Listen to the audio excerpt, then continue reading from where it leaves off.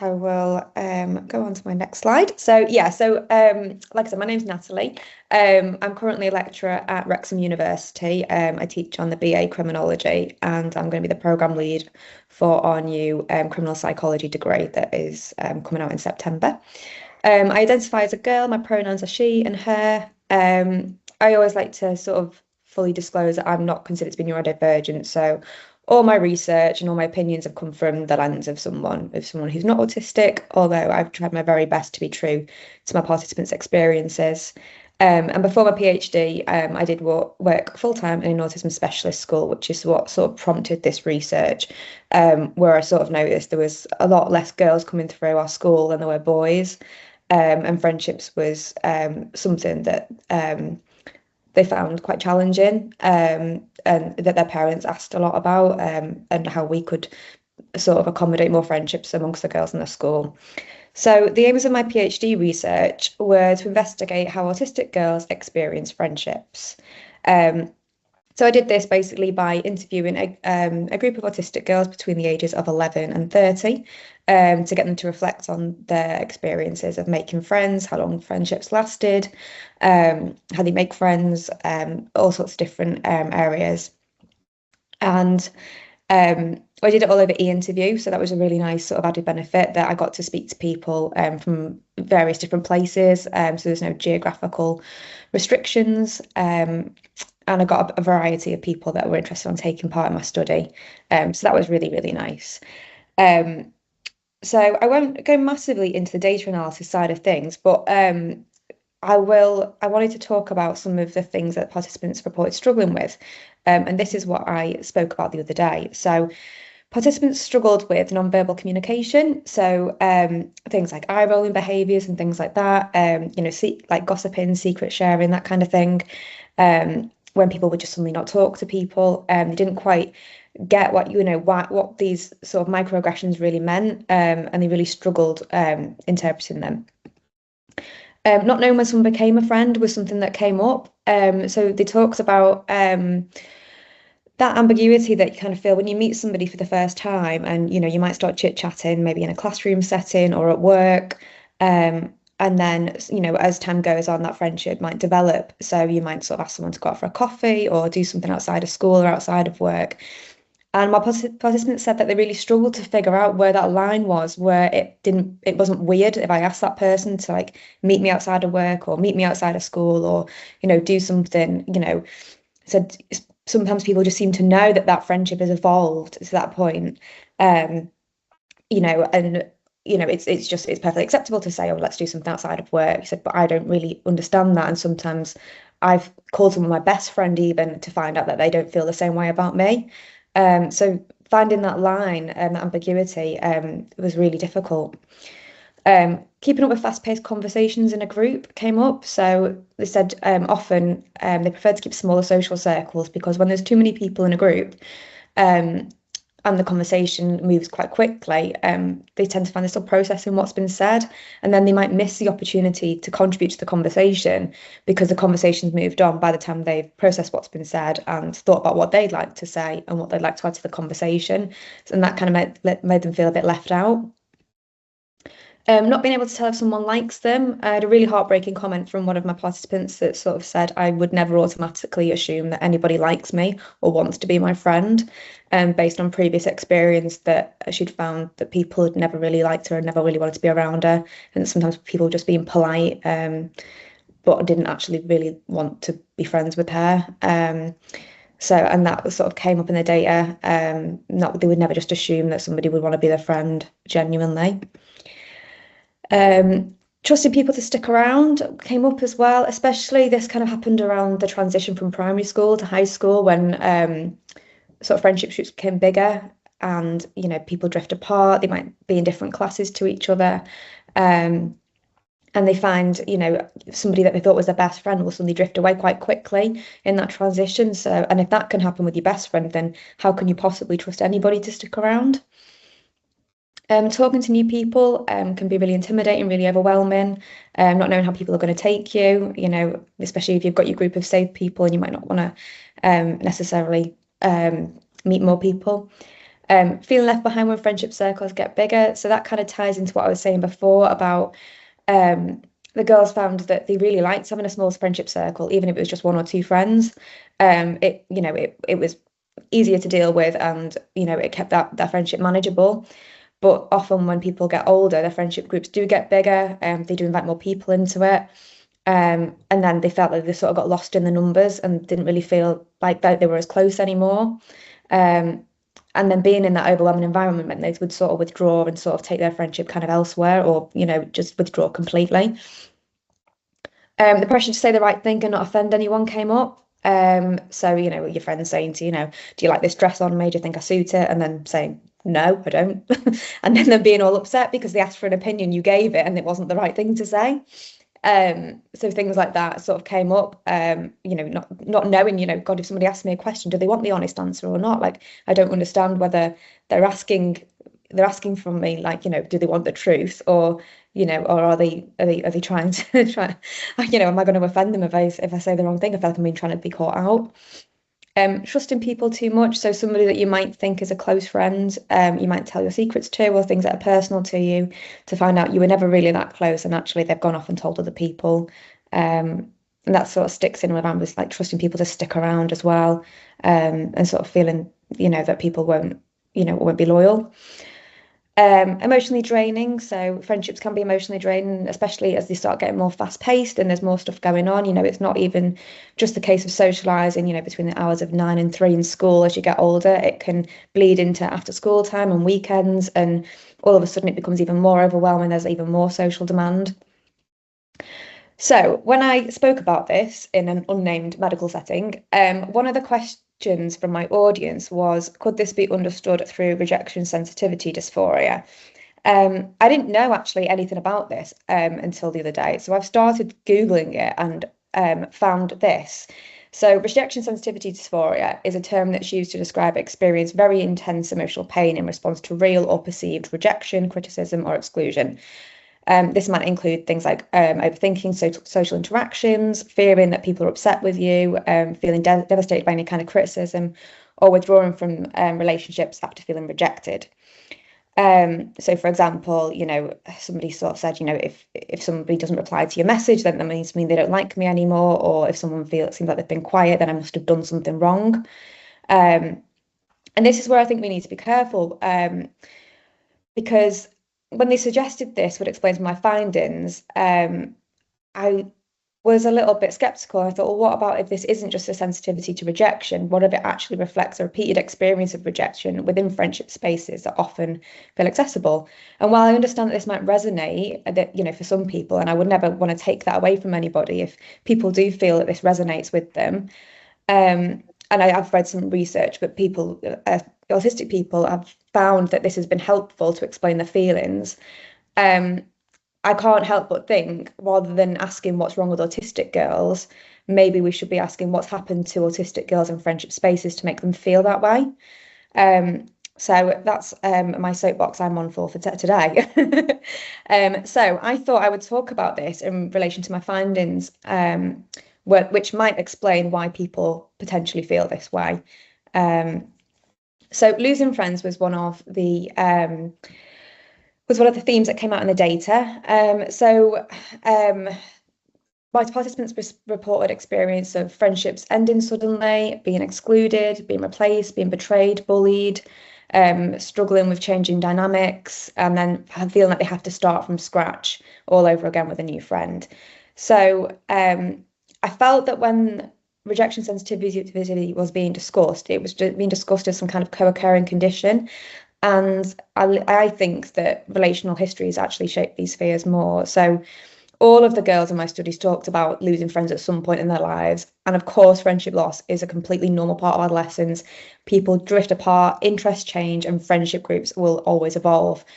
But what stood out in my data was that for many of these girls, these experiences weren't just ordinary transitions, and they were really painful moments that shaped how they approach friendships going forward. So for some participants talked about being excluded from friendship groups, others describe being replaced or feeling as though they're repeatedly having to find new friends, and try and start again, try and find a friendship that would, align with who they were. And that quote there from one of my participants saying, I think having to start from scratch so many times has made me feel like I'm actually not very good at being a friend. Another one sort of said that she felt she'd been abandoned by one of her best friends, and she said that it completely changed her perception of friends because going forward then she couldn't feel like she could trust other people. So when we reflect on rejection sensitivity dysphoria, if someone's constantly experienced relationship breakdowns, friendship breakdowns, that exclusion, the betrayal or instability, is it really an inherent sensitivity to rejection, or actually are we looking at somebody responding to very real experiences of relational harm? The other one that came out was masking. So, obviously masking refers to the conscious or subconscious ways autistic people might alter their behaviour in order to fit in to social spaces. Obviously, this, for my participants, the things that they talked about was things like forced eye contact, monitoring their body language, copying peers and hiding autistic traits, feeling like it's part of a performance. If they didn't do the performance right, feeling like they were being caught out. And then that led to like these feelings of disconnect from their authentic selves, and they felt like the behaviour they presented didn't align with genuine character. And I thought about this, and I thought about how much labour must go into doing this every single day. And the fact that these girls aren't socially unaware, and and they're not unconcerned with relationships, and in many ways they were actually more aware how they're being perceived by others, and they worked incredibly hard to avoid being rejected, judged, and misunderstood. So what for one of my participants talked about consciously forcing eye contact and adjusting her body language so that she didn't appear rude or closed off. She described copying her peers when she was younger, but feeling consumed about whether she was doing it correctly, and whether people were cottoning on that she was, copying other people, or, rather than making it look natural. That quote there from one of my participants saying I couldn't express my true self because I masked every single day. And I think the other one underneath it is really reflective of the double empathy problem, where she said, I misunderstand people and they misunderstand me. Another participant sort of said that people always assumed that she disliked them because she didn't initiate conversation, when it wasn't that at all. As she said, that a misunderstanding was just there. So when we think back to the comment about rejection and sensitivity dysphoria, I think this theme can be really important, because what I saw in my data wasn't girls being careless. It was girls that were often anticipating rejection before it even happened and working incredibly hard to try and prevent it. And then that cost of that obviously was burnout, exhaustion, and feeling disconnected from their authentic selves. So again, I think we need to look at whether we're looking at pathology or what happens when belonging feels conditional. Feeling confused and anxious came out. So again, this theme is particularly relevant when we're thinking about rejection, because participants often describe intense anxiety within friendships.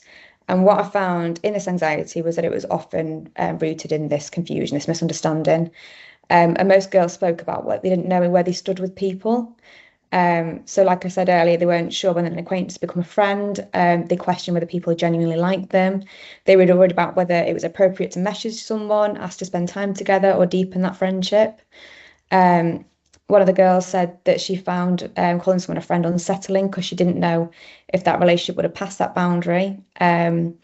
Another girl said she actually preferred to have explicit validation that somebody considered her a friend before she felt confident in that relationship. And that was something somebody else had said as well. They said that actually it's really helpful if someone can just have that conversation and be like, oh, are we friends yet? Are we there yet? Can I call you my friend? Is it appropriate for me to ask you out for a coffee? And then, if they've got that clarity, it can be a lot easier. But without that clarity, it can make that friendship feel like a massive source of anxiety, because the social rules felt really hidden. And I think that's really important, because if someone is navigating social spaces where the rules are unclear and communication is not direct, and there's that real fear of getting it wrong, anxiety completely makes sense. It would make sense that somebody would feel anxious and worried, and profoundly unsettled by the idea of being in a friendship with somebody. So again, are we looking at dysregulation, or are we seeing what happens when a friendship is built around rules that are left unspoken, and ambiguous? Because in that case, it would make complete sense why somebody would be worried about it. So a promise to myself was another theme that came out. This is the final theme I wanted to speak about. And this is one of the most powerful findings in my study. And it's also the one I wanted to sort of end on because it's positive. It's a more positive way of looking at things. And didn't necessarily want to end on a negative really. But after experiencing friendship loss and masking, confusion, anxiety, burnout, a lot of the girls started reflecting on how they wanted their futures to look. And they vowed to themselves they were going to start making the futures ones that feel right for them. They talked about if they'd known they were autistic sooner, they would have been a lot more forgiving with themselves.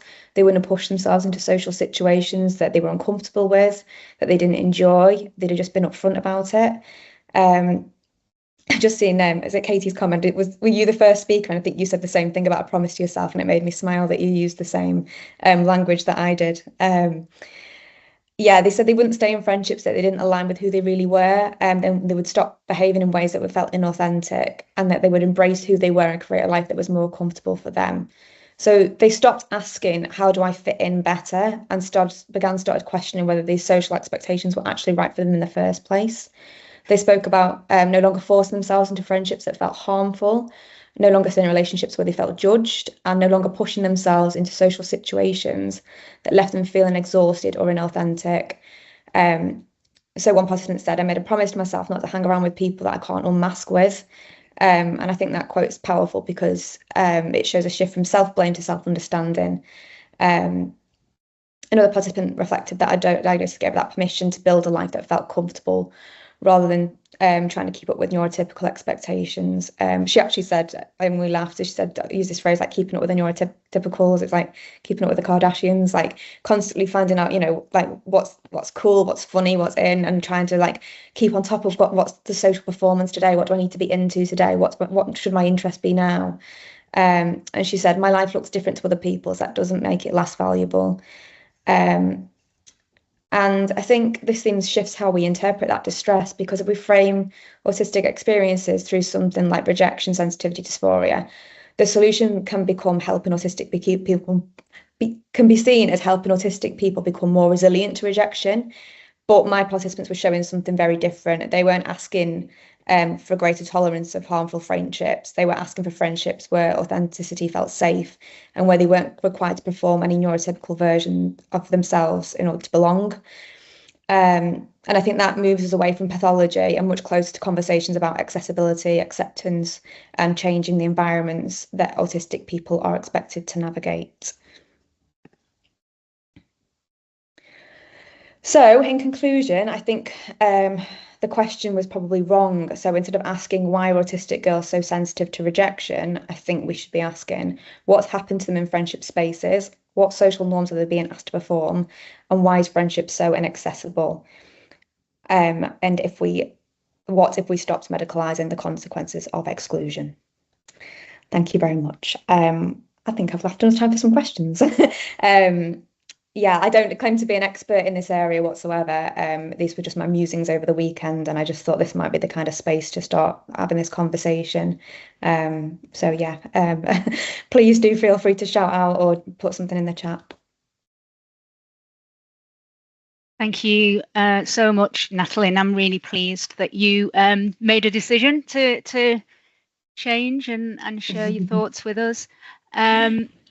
I am certain that I saw a hand go up, but I may be just imagining that. Let me just see and see if I can find any. Sorry, there's no link to any research at the moment. Oh, it's just my thesis, which is still in it's still being written up properly. So I will share it once it's polished. There's been some comments in the chat, and I've seen it myself. A certain clinical psychologist kind of having a go at rejection sensitivity dysphoria as a term, but kind of undermining it or how it's being used with ADHDers. And it reminds me of the debates around masking. So it's not specific to ADHD or universal to all ADHDers. And I was like, well, no. Yeah, It's yeah. a response. It's a trauma absolutely. response. And I think you're doing some really good work here, reframing in a sense what exactly are we talking about. And it hits me as well because I've got two young girls, 8-year-olds, non-identical twins in a mainstream school. So they're having to deal with relationships with peers, and they deal with it very, very differently. And it is a real difficult thing when you're trying to navigate. You want to be liked and like others and find friendships, but it's a lot of pressure when you're a little person. Yeah. I think that's my participants were saying the same thing, and some experiences they'd had as relatively young girls, and you think that people shouldn't be dealing with things like that at such a young age, and is and the trauma that comes with it as well. That I was speaking to some people in their 20s, and they were reflecting on experiences from primary school, early high school, and we're looking at 10 years later here, and it's still quite profound in their memories about how they were made to feel and stuff. And I think when people hear friendships, it sounds like quite a casual topic of research, but actually it's so important in terms of self-esteem and belonging, and shaping their whole adolescence, Sense of really. selfhood. A lot of, I was put in the chats, philosophers often say we become ourselves through other people, and it's in our relationships. And if those are relationships with constant disjuncture and negative experience, then what does one become? Yeah, absolutely. Yeah, it's extremely important work and to reflect on as well in terms of how can we make it better for people as they're growing up. Yeah, absolutely. And then into adult life, obviously. Is there questions though before I space ramble on? Not that I can see, just lots of and make sure you read the comments before we close, Natalie. Just lots of comments sort of were what your findings resonate with lots of people, and lots of encouragement to keep taking this forward. Thank you. It means it does mean a lot, and I don't think I've ever been so nervous about presenting as I have been today, because I wasn't sure how this was going to go down or be received. Yeah, thank you so much for the lovely comments and stuff. I think not all non-autistic speakers get an easy ride in events, and so you've done well. That's why I always hold my hands up at the start and say I'm not autistic and I'm not claiming to know your experience. This is just what people have told me. It shows you what good research should look like, whether one's autistic or not, and the care and the ethical care, in a sense, taken over the work. So it's a good example for people to see. There is one question from Katie who asked, did you speak to any trans girls? I didn't know. There was no trans girls in my sample. They were, all assigned female at birth, I'm afraid. Was that was that conscious choice or just as it happened, or? When I did my ethics application, I did give this quite a lot of thought, and I wanted the experiences of people who had lived as females during adolescence to really capture that female experience. Not obviously saying that trans women didn't have a female experience at all, but it was in line with that, and there was another point to it as well, and I can't remember what it was off the top of my head. You've caught me off guard. Can you remember, Alison? What was the other reason? There was two reasons why I didn't. There were the other one, I think it was around other research being done and it having a focus mainly on people who are living as boys. And yeah, I can't remember my exact wording of it when I did it, but it did only align with people who were assigned female at birth. I mean, just a comment following on that. Put in the comments, it'd be fascinating to do. It would be, yeah. Study. Yeah. And as soon as I read that, I thought, well, yeah, but then I thought it'd be fascinating to do this with autistic boys. Yeah. Kind of boy culture and male culture and I've always struggled a lot with sort of male banter and that kind of ego, kind of crunching head stuff. And but then you've got all the sort of manosphere incel stuff and things, and all this sort of gendered experience and friendships. I mean, these kind of studies, we need to do it with everyone, really.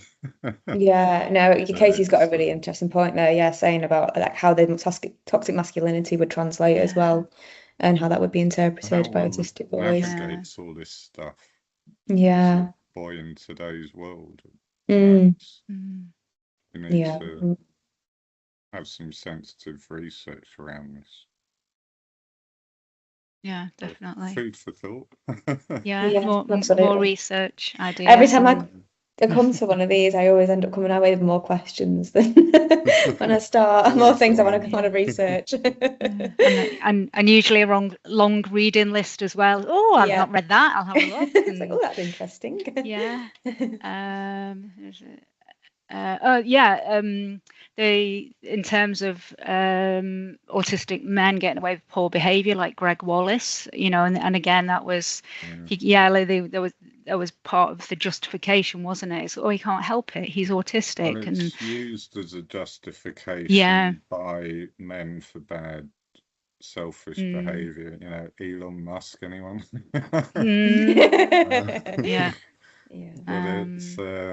it's interesting the gender politics, because it doesn't go down like very well. Like when Greg Wallace tried to use it, it's generally like, what on earth are you doing type responses. But it doesn't stop privileged men trying to use it as a get out clause, which happens quite often, these sort of celeb types. But yeah, that's a good example. And then just again, supportive comments, good luck writing up.